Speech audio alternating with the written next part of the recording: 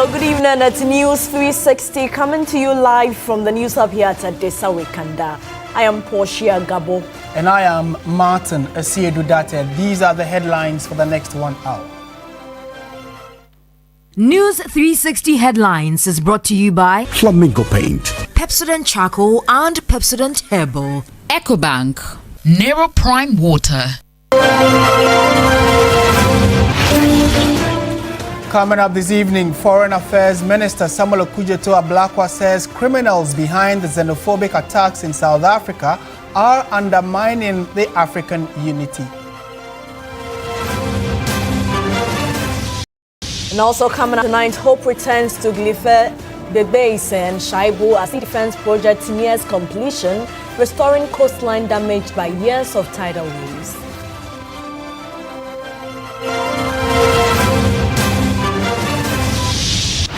Also in the bulletin, residents of Manhean lament impact of erratic power supply, saying outages are crippling their businesses and disrupting daily routines.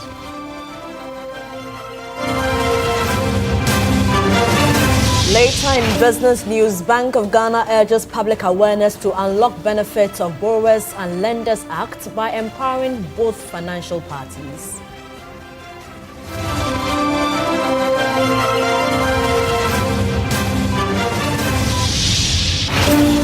On the foreign front, Tanzania's inquiry reveals 518 deaths from unnatural causes linked to post-election protests amid widespread unrest across the country.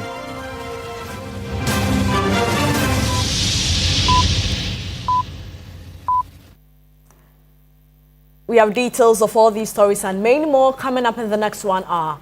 Do stay with us. Starting from the very disturbing stories coming from South Africa, and Ghana's Foreign Affairs Minister Samuel Okudzeto-Ablakwa says the criminal elements attacking Ghanaians and other African nationals in South Africa's latest xenophobic attacks are undermining efforts to build a united and strong Africa.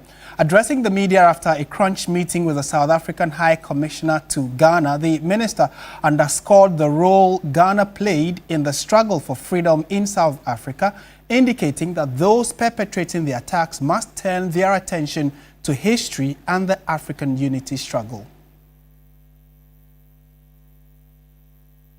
The role we played in assisting South Africa to defeat the apartheid regime. Right here in these hallowed grounds, the precincts we find ourselves. This used to be the International Students Hostel. We hosted a lot of freedom fighters from South Africa and many parts of Africa. Ghanaian taxpayers took care of the scholarships they were provided, the meals they were provided. We issued passports, Ghanaian passports, when they were declared stateless and when they could not travel freely. We issued Ghanaian passports to them, right here in these premises. We extended support, financial support, to the ANC. And that is why when President Nelson Mandela was released, he came to Ghana and thanked Ghana, then under the leadership of His Excellency Flight Lieutenant Jerry John Rawlings. All of us as African leaders must condemn that.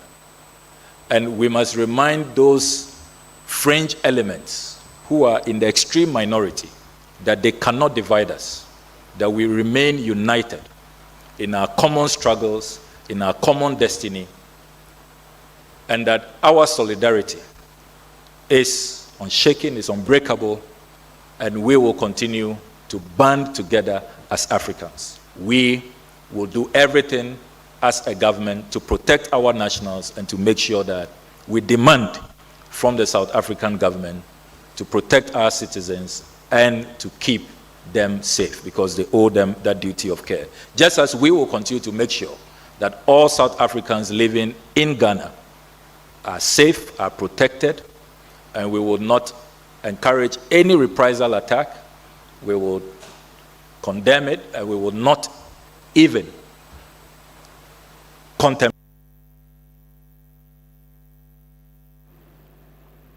Let's take a quick trip to South Africa now. Joining us is Benjamin Kwashi, who is Ghana's High Commissioner to South Africa. Mr. Kwashi, good evening. Thank you for your time.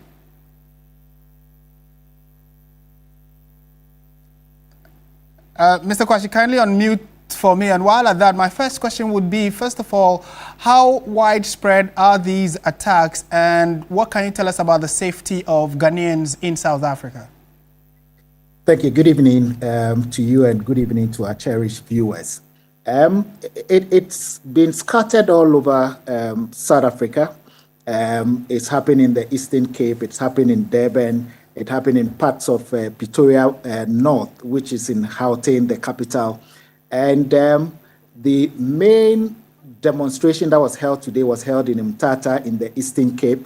I can assure you that everything went well. There was no Ghanaian business that was affected. There was no Ghanaian citizen that was attacked.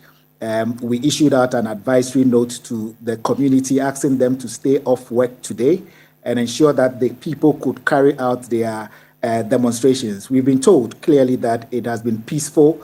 Our citizens in that area have not been attacked. They've told us that they are home, they are safe. We keep tab on all of them. And in other provinces as well where these are happening, we've made sure that we keep consular services open to them. We regularly speak to their leadership and speak to the members of the Ghanaian community in those various areas as well. I can assure you that situations are returning to normal. We have been told of possible demonstrations that are going to happen in the days ahead. And as a mission, we are doing everything possible to ensure that no Ghanaian is affected adversely. What kind of assurances are you getting from the South African government, especially coming on the back of the fact that this is not the first time you are recording these xenophobic attacks? What are they doing about it? What are they telling diplomats like yourself? They've given us all the assurances. They've given us top security briefings indicating to us that the last 2 years or so, nothing xenophobic has happened. And they draw the parallel between yesteryears and what is happening currently.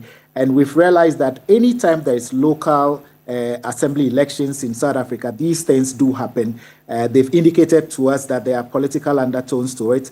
As a government, as they being in charge of security of the country, they've assured us that they are going to make sure that no citizen of any African country, especially in the case of Ghana, is attacked or unprovoked. And I'm confident in letting you know that for the first time, they've opened their doors to us. For the first time, they've told us what they are doing. For example, what happened in Mthatha, like I indicated, we had a very frantic call, an honest one with the mayor of the area. And the mayor also decided to add the police chief so that they could brief us on what they are doing to protect our citizens. It's never happened before. And I believe that this is a step in the right direction. When the incident started, there was a communication between our foreign minister and their foreign minister. And I'm sure that that has led to the cooperation that both countries have had and continue to have.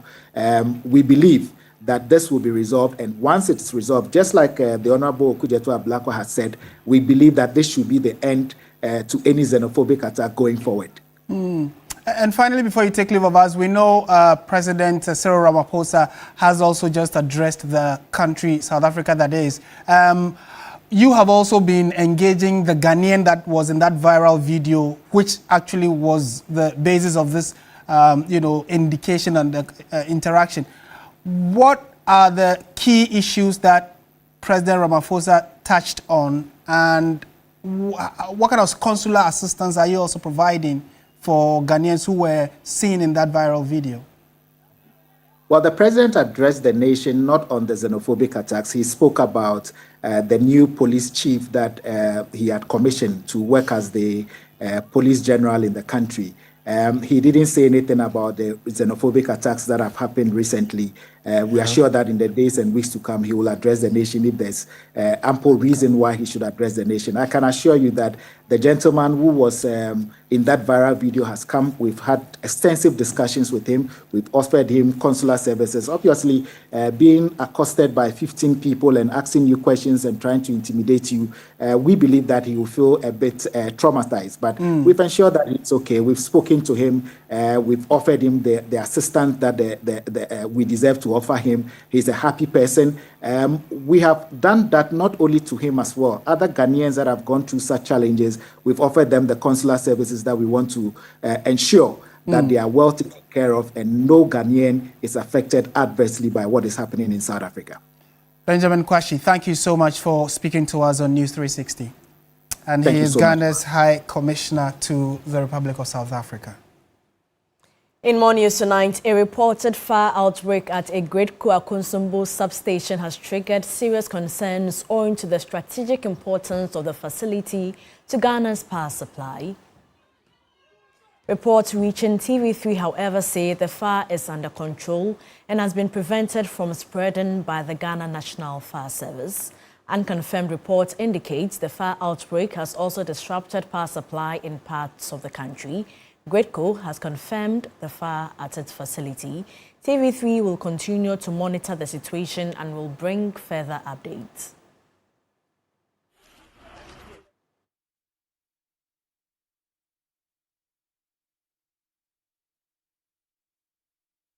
In more news tonight, residents of Manhean and adjoining communities say years of erratic power supply is crippling their livelihoods and daily routines. From hair salons to drinking bars and corn mills, the impact is being felt across the community. Grace Hamwajaman reports. Manhean Tigopo is one of the fastest growing communities in the Greater Accra region with brisk economic activity. But the residents say unreliable power has become their daily reality, disrupting businesses and straining households. Niamam de beshe fridge munyina ajimi yi chegu baby because obi tons and no tuna once a jo odi chef fridge mejo. I am losing my customers because if they taste the drink and it doesn't taste good, they don't come back. And signing ye nice inti ajimi jina michugu. First na you doom no man na so doom e man na so see ade doom en so kra. I am scared to store up my freezer because the fish will go bad because of the power situation. Efo runs a corn mill business in the community, but he is gradually losing his customers to competitors at Ablikuma because of power unreliability. When I don't have light, I can't work because it's the light I used to work. So when the light is not there, I can't work. Let me say the people who bring the thing, they will work from a very far place to come here, and at the same time, the light is not, they will take the thing to another place. Now, according to that, a lot of the money will be going and I will not be having anything on me. The community leadership says the situation has persisted for some time. We wrote them a letter 3 times. They told us that we should give them time, maybe 5 days, 3 months, 4 months, they will get us a transformer. But we try several times. We can't get a transformer up to now. So we are seeing this voltage problem. So we are calling on the ECG or we are calling on the energy minister that we need their help. As the Electricity Company of Ghana, ECG, has begun its transformer change exercise, they are pleading to be considered. Man ya okuja nsuo no side de one e wo nsuo no side one nyinala ya do say transformer no ye swama transformer no enti yes our transformer is overloaded and it needs to be changed. Face off where the call now where the aso now where the doom or how ni amani atete. DCG says over 400 transformers will be changed in the exercise in the Greater Accra and Ashanti regions. So one would have expected that after a long week, you enjoy your Sunday fufu in peace and get ready for the week ahead.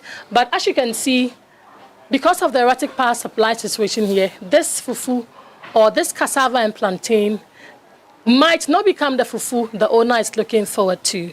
From individuals to businesses, everybody is affected here with the erratic power supply situation at Manhean. And for them, their livelihoods are at stake. They are calling on the government and the ECG to turn a listening ear to them, even as they embark on the transformer change exercise. Grace Hamwajaman, TV3 News, Manhean, Accra.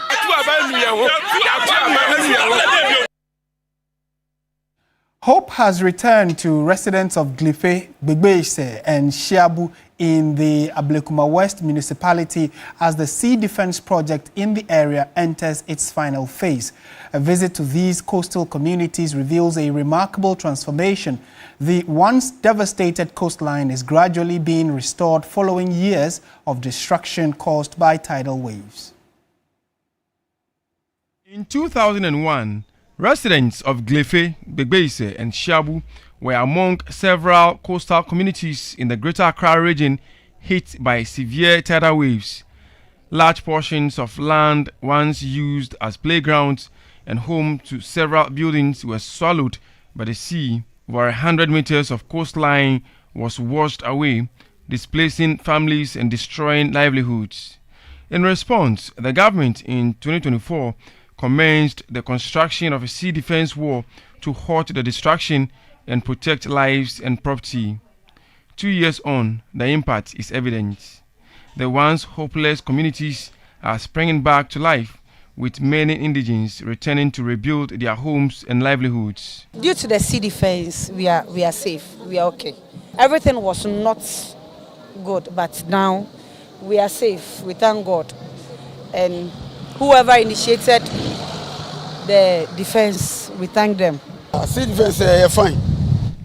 The construction of the sea defense has brought us so much relief. The entire coastline was almost consumed by the waves.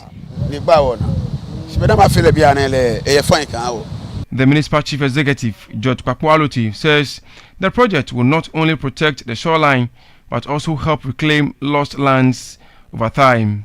I can confirm that the tidal wave has stopped destroying properties here because of the groans.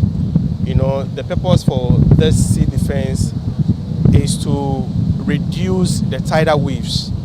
And since they started, it has reduced it. And basically, the sand has started growing.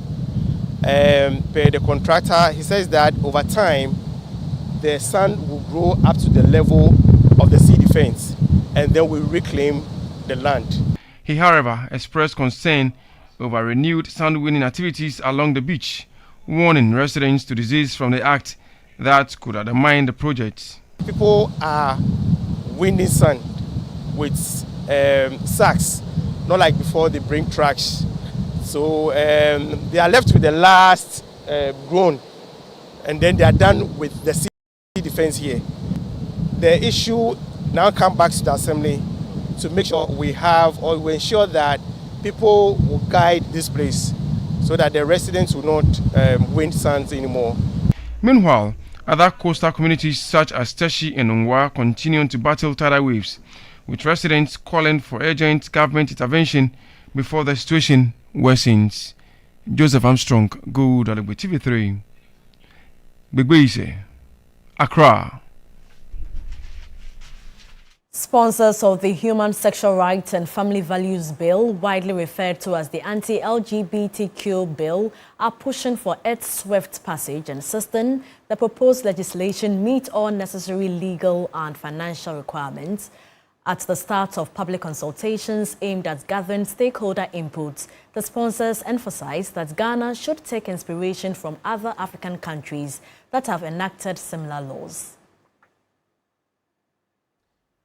Is seeking to criminalize same-sex relations, identifying as LGBTQ and public expression of this identity. As well, this bill, when passed, would make it an offense to advocate, support, sponsor, and even promote LGBTQ+ activities. For the second time, this law has been introduced with mixed concerns, but Parliament is seeking to pass a legislation that addresses these varied issues without compromise. We take cognizance of the rights of individuals who may be affected by this, and we're making the provisions in such a way that no individual, no Ghanaian's rights are going to be infringed upon. We also take note of existing legislation that has already taken care of some of the clauses that we'll be looking at here. Everybody has accepted the content of this bill as it was passed, and everyone in Ghana accepts that this is a bill that is fit for purpose. Sponsors of the anti-LGBTQ bill have sung the same chorus that the reintroduced legislation is no different from the earlier one passed by the 8th Parliament. I do not think that this bill should be subjected to fresh national dialogue. In fact, all the CSOs and all the concerns most of them have gone through are the same concerns that came up in the first cycle of this bill. We can expedite this bill in a day without compromising any part of our procedures. Uganda has replicated our bill, gone ahead to pass it. Senegal has done the same, passed it, and even reviewed their bill to increase the sanctions. And let us be clear, it has not brought any economic sanctions on any of those countries. During the consideration of the clauses, Sam George cited an example that elicited a sharp disclaimer from John Intimfojo. Male who claims that he has transitioned to a female and has held himself out on TV and done music videos and now claims that he is having intersex with Honorable Intimfojo and that Honorable Intimfojo is his gay lover. It is important I respond. Maxine, in her old or present life, no, it's important. In her old or present life, as contrary to her claim, contrary to his or her claim that she has had some perversive intercourse with me, I've never engaged in any sexual intercourse apart from what God created between Adam and Eve. Stakeholders agree that the country needs a law to protect its cultural and religious values. But all of that would come in the face of human rights concerns that have been raised by many. The completed asphalted portions of the Kaswa-Winneba Road will be open to the motoring public in the next 3 weeks. Contractors working on the project have informed President John Dramani Mahama that they will meet the 36-month completion date in their contractual agreement. The president has been full of praise for the local contractor, urging them to complete the work to enhance the tourism drive of the central region. The Kaswa-Winneba Road project is a major 30-kilometer expansion upgrading of a vital N1 route from a 2-lane road to an 8-lane highway. Fully funded by the government of Ghana, the 36-month project aims to reduce traffic congestion and travel times between Accra, Cape Coast and Takoradi. The project features multiple interchanges and pedestrian bridges. The president's first stop was the Budumburan Camp overpass under construction, the most difficult part of the construction, engineers say. The contractor is doing very well. The quality of work is very good. Your belief in the Ghanaian contractor to be able to fix our roads is unwavering. We can say that the bulk of your investment in road infrastructure goes to the Ghanaian contractor. Work started in 2024 and stalled shortly thereafter. But upon assumption of office of the Mahama-led administration, the president instructed the project be fully captured under the Big Push agenda. The president, after receiving briefing on the progress of work, stressed the importance of the road network to national development. If we do this road network, it will allow some of the investors to begin to open factories in this corridor, and that will create jobs for the local people here. While there has been several agitations on the progress of work, the president says the resumption of work and its progress has shown the completion date will meet the completion date of March 2027. We hope that in the next 3 to 4 weeks, they'll be able to open this middle concourse so that all the traffic that is going directly towards Cape Coast or Winneba or Mankesim would not have to use the side roads. They'll use the middle, and that will free up the traffic on the side for them to work and complete that as quickly as possible.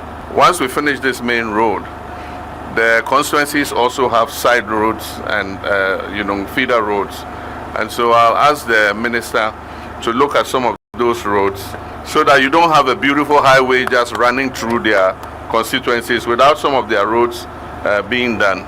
But the contractors are, however, racing against time as government aims at completing its big push agenda on schedule.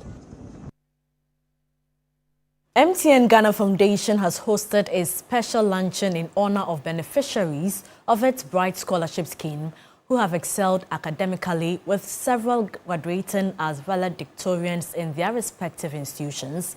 The event brought together past and present scholars who have distinguished themselves through outstanding academic performance, leadership and resilience.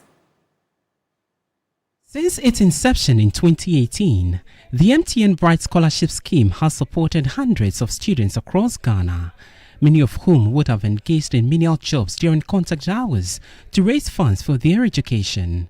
The awards, which cover school fees, accommodation and monthly stipends, form part of the MTN Ghana Foundation's quest to enhance the quality of life of people in the communities it operates. Some of the beneficiaries who emerged as valedictorians shared their journeys. The scholarship is very, very generous, and it also has nothing like unfairness or bias or whatsoever, because I knew no one, but I ended up with a scholarship just with a recommendation and application I sent. It has not only given me financial relief, it has given me the encouragement to study hard. So it's like a form of motivation for me. You are getting this support, so why shouldn't you study? The foundation reaffirmed its commitment to investing in education, describing it as a critical driver of socio-economic transformation. The forms are posted on our website, and they are also disseminated to the tertiary institutions so that it can be brought to the attention of the students. Anyone can apply. We are also looking at persons with disability can apply. If you are a needy person with some kind of challenge, you can also apply. So it's very open. The only thing is that you must need the support. The luncheon ended with a renewed call for beneficiaries to serve as ambassadors of excellence and give back to society. Nestle Ghana Limited continues to shape the lives of its numerous consumers across Ghana over 6 decades of its operation. There are real and true stories farmers, plastic waste collectors, students alike are sharing about the goodness of the brand.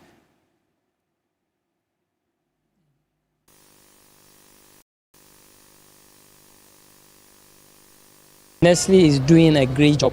If other company can learn from them, I think it will help a lot, because plastic become issue at the end of the day. Nestle for Good has made me understand that life does not only mean those who are from backgrounds with difficulties cannot make it. I've come to accept that I can aspire as high as I wish. These stories illustrate how Nestle Ghana Limited's creating shared value approach is translating into tangible positive impact on the ground. From the farms to classrooms, from water points to marketplaces, from the ghetto to the pitch, there's that real story to be shared about how Nestle is enhancing quality life. The launch of Nestle for Good was a testament of the brand's commitment to focusing on sustainability, community empowerment, and creating shared value to enhance the welfare of many. The campaign aligns with Nestle's broader goals of reducing environmental impact, supporting sustainable livelihoods, and providing healthier, nutritious food products. Managing Director of Nestle Ghana Limited, Salome Azivido, said the respect for consumers is what has birthed Nestle for Good. Once you pick a product from the shelf, you should understand what is behind that product and the choice you are making. We will continue to release small stories that talk more about the beneficiaries, and we just want the public to also understand that these are not just big corporate promises. These are actual individual stories that do matter. Now, we picked some, but there are thousands of them, right?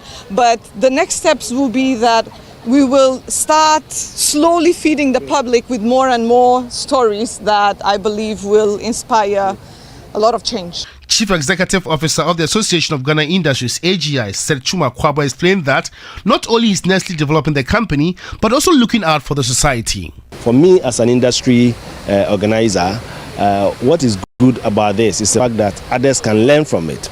We have a lot of SMEs that are looking up to big companies such as Nestle, learning from their practices, learning from their standards, learning from the good things they are doing so that they can also emulate. So if you don't trumpet it, if you don't talk about it, nobody gets to know what you are doing. Nestle says the campaign is not just about telling these stories, but reinforcing a commitment to deepen impact and expand partnerships.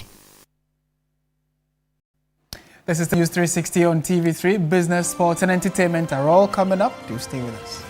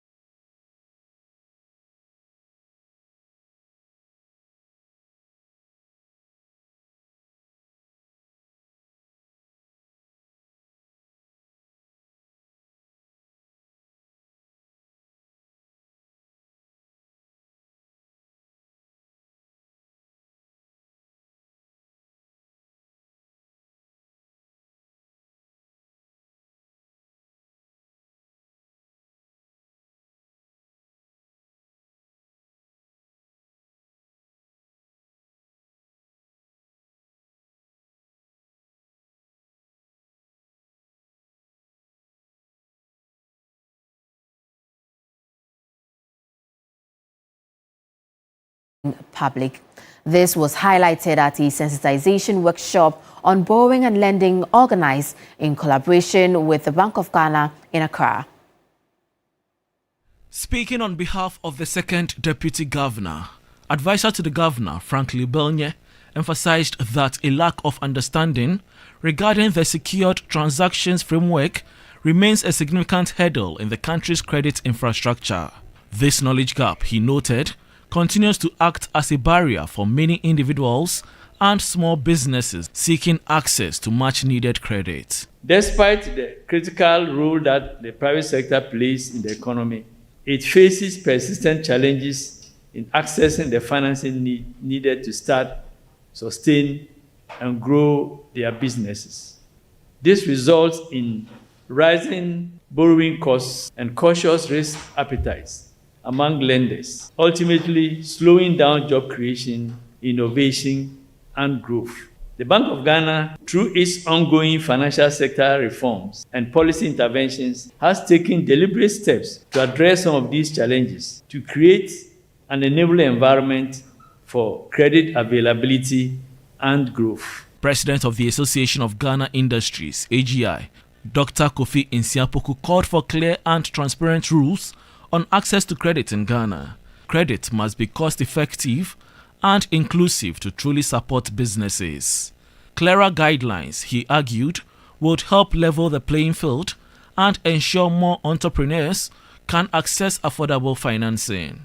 The Borrowers and Lenders Act 2020 represents a major step forward in promoting responsible lending, protecting borrowers' rights, and enhancing transparency and efficiency within our credit system. For businesses, especially small and medium enterprises, access to finance remains a critical pillar for growth, expansion, and sustainability. However, access must be supported by clear rules, mutual accountability, and a shared understanding of rights and obligations. The workshop brought together regulators, lenders, and members of AGI to discuss ways to improve Ghana's credit ecosystem and boost private sector development.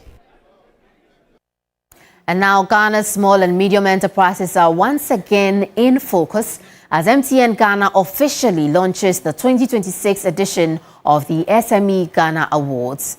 The initiative, spearheaded by MTN as headline sponsor, is designed to celebrate and support businesses that continue to demonstrate innovation, resilience, and growth in an increasingly competitive market environment.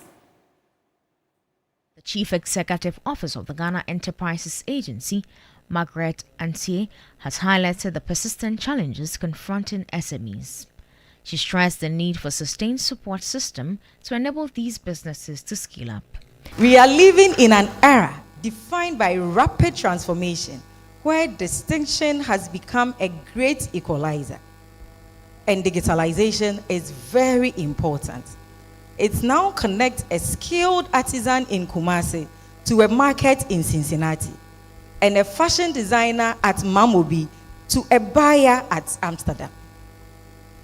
So the question is no longer whether Ghanaian SME can compete globally. They can. The real question is whether we are building the right ecosystem to enable them to do so. The Senior Manager for SME Sales at MTN Ghana, Abubakar Siddiq, provided an overview of the award scheme, describing it as a strategic platform aimed at empowering entrepreneurs and enhancing business visibility. This awards night comes within the context of what we call the SME Accelerate program.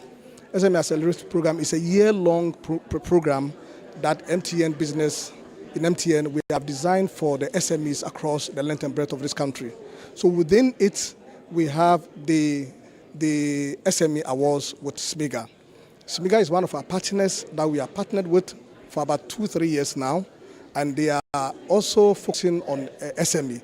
So we partnered them to give them the technological support as part of engaging our SMEs and tooling our SMEs to ensure that we are able to give capacity to the SMEs for them to be able to grow. The awards, themed around sustaining growth in competitive markets, are expected to bring together key industry players, policymakers, and entrepreneurs, all working towards strengthening Ghana's SME ecosystem.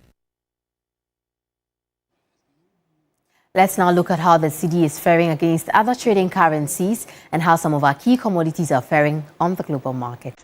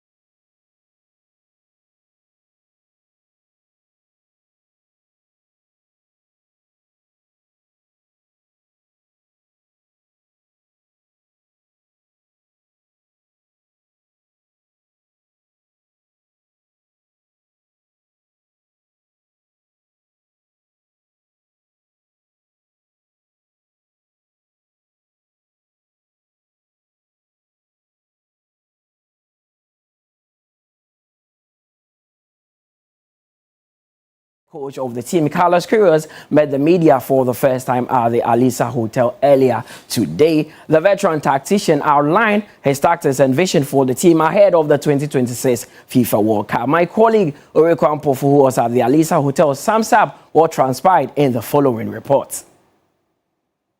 Day in the history of Ghana football as experienced Portuguese coach Carlos Queiroz has been confirmed as the new head coach of the Black Stars. A 4-month contract as he was unveiled at Alisa Hotel earlier and endeared to the Ghanaian crowd. A reminder that Queiroz arrived in Ghana on Wednesday evening, where he had the opportunity to meet the sports ministry on Thursday morning, where he said he felt African and was privileged to take this job.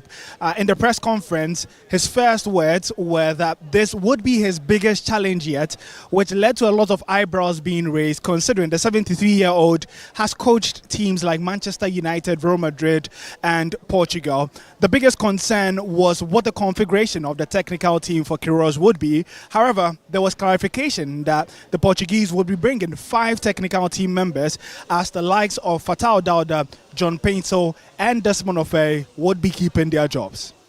Yes, Queiroz is the head coach. Yeah.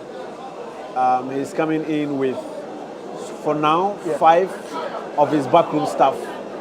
5 people have been confirmed. Okay. I know that the previous team, there were issues about John Painter. I specifically mentioned John Painter and Fatau Dauda because in the last few days, there have been rumors, or there were rumors that they have been relieved of their duties. Okay. So it was important to clear the air regarding the future of those 2 gentlemen.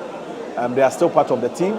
Now his component of players was divided into 2, the local-based players and then the foreign-based players. When it comes to the local side, Queiroz would be visiting the Black Galaxies team, which are currently camping, and would have the chance to engage with the players and see them train to be able to determine which local players deserve to go to the World Cup. That's why in this short period of time, my concern with the Federation was to organize the local players, because I didn't want to go for the final selection without having the opportunity to see them, to be with them, and analyze them. In just over 40 days' time, Queiroz would be making his 5th appearance at the World Cup, in Ghana. Coincidentally, will also be making his 5th appearance at the World Cup. All eyes will be on the former Real Madrid coach and how he's able to assemble his team ahead of the Mundial in North America this year. Orekwan Pofu reporting from Alisa Hotel for 3 Sports.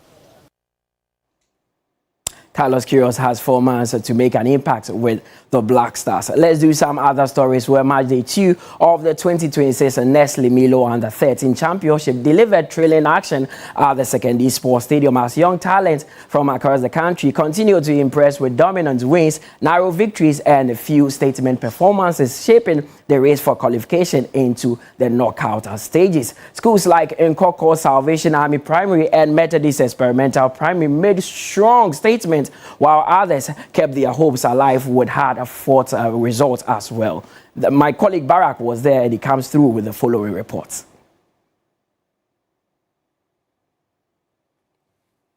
Under-13 Championship delivered more excitement and clarity in the group standings as young talent continued to shine at the Second Sports Stadium. Several tightly contested fixtures highlighted the day's action, with Nkoko Salvation Army Primary School urgent past Busa MA Primary School by 2-0 in one of the standout results. Kintampo Presby School also secured a narrow victory over Old Roto MA Primary School, winning 2-0 in a disciplined display. Kwabenya Atomic MA Basic School were also involved in a competitive encounter against Vome RC Primary School but fell short in a 2-1 defeat. Swami Methodist Primary B School and Bethel Methodist Primary School Adanse played out one of the most thrilling games of the day, with Bethel Methodist emerging 3-2 winners after a closely fought contest. There were also dominant performances on display, with Methodist Experimental Primary School recording an emphatic 4-1 win over St. Kizito's RC Primary School, underlying the attacking strength. Nkoko Salvation Army Primary School continued their fine form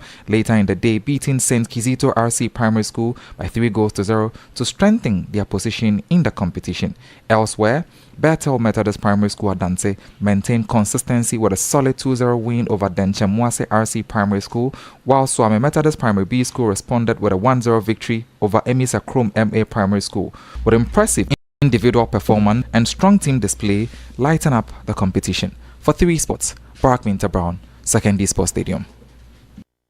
Championship is getting interesting. Let's go through the graphics and see how the standings are currently, because the likes of Kintampo Presby are leading the pack with Old Roto all in there, so it's getting very interesting. That is for Group A. Group B, who has C then Chemwase also taking shape there and leading the pack, so they are on course to qualify. So interesting one. The Group C also has Kwabinya Atomic, who is in Accra, also firmly in the position to qualify. And there's Group D as well, where Busa from the Upper West region have taken top seed.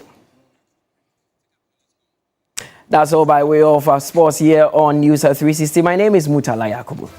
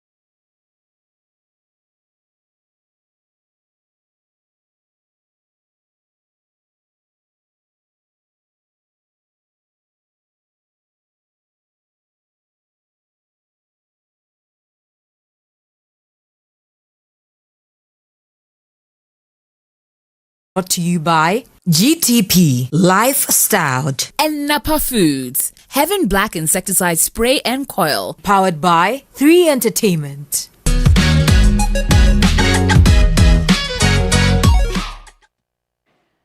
Good evening and welcome to the entertainment news segment here on News 360. My name is Noella Donko. Now, a workshop centered on learning, collaboration and shared creativity set the tone ahead of the Hola Accra Music Festival scheduled for April 24 at Jamestown. Organized by the Spanish Embassy in Ghana, the partnership with the Musicians Union of Ghana, the session brought together bands, industry players and journalists as well as stakeholders to connect, exchange ideas and learn from one another. Participants describe the session as an invaluable opportunity to connect, network and learn from one another. The workshop created space for bands to interact deeply, exchange ideas and appreciate the diversity of sounds and experiences each group brings to the stage. A major highlight was the presence of Spain's Mucho Mongo Band, who engaged Ghanaian acts in conversations around musical fusion, live performance and global audience appeal. Ghanaian flutist and band leader the laboratory of Hewale Sounds shared his excitement about the experience, emphasizing the strong educational value of the workshop. Speaking on the long-term impact of the collaboration, Musica President Mr. Simon said the platform will help talents from both countries learn, network, grow their brands and tap into new music markets. If you collaborate with another musician from another country, your sales will go higher, because what it is they will release it in Europe, we will release it in Africa. In going forward, we know that there will be some exchange programs also, and that is why we ask all musicians to join Musica, so that when it falls in your line, we introduce you to go and then have that experience and come back and share it with Ghana. The Hola Accra Music Festival will feature Spain's Mucho Mongo Band, who say they are eager to share their music with Ghanaian audiences. Understood, as he said, with just the sharing of the music, and I really look forward to the concert tomorrow to see how it's felt, you know. So who knows, maybe a lot of collaborations, maybe an opening to new sounds. Mucho Mongo is bringing a lot of energy tomorrow. Yeah, I think energy is going to be the word. Other acts billed to perform include High School Band, the Lipstick Queen Band, an all-woman high life band, and legendary musician Akable with his Ibiza Band. Lipstick is bringing the female vibe, the women power vibe, and I mean, looking at the stage where you are seeing a female keyboardist, female drummer, the bass is the female.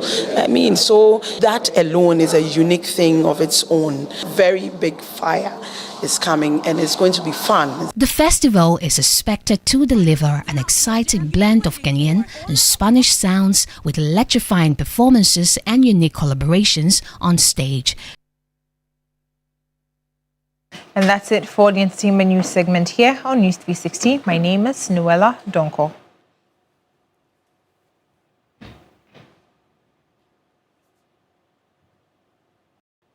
Well, so that's it for the bulletin. Yes, Noella just gave us the entertainment news.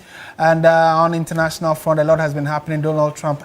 And if you go to our website, 3news.com, you'll get all those updates. My name is Martin Esiedudati. Happy birthday, Martin. Oi! Thank you.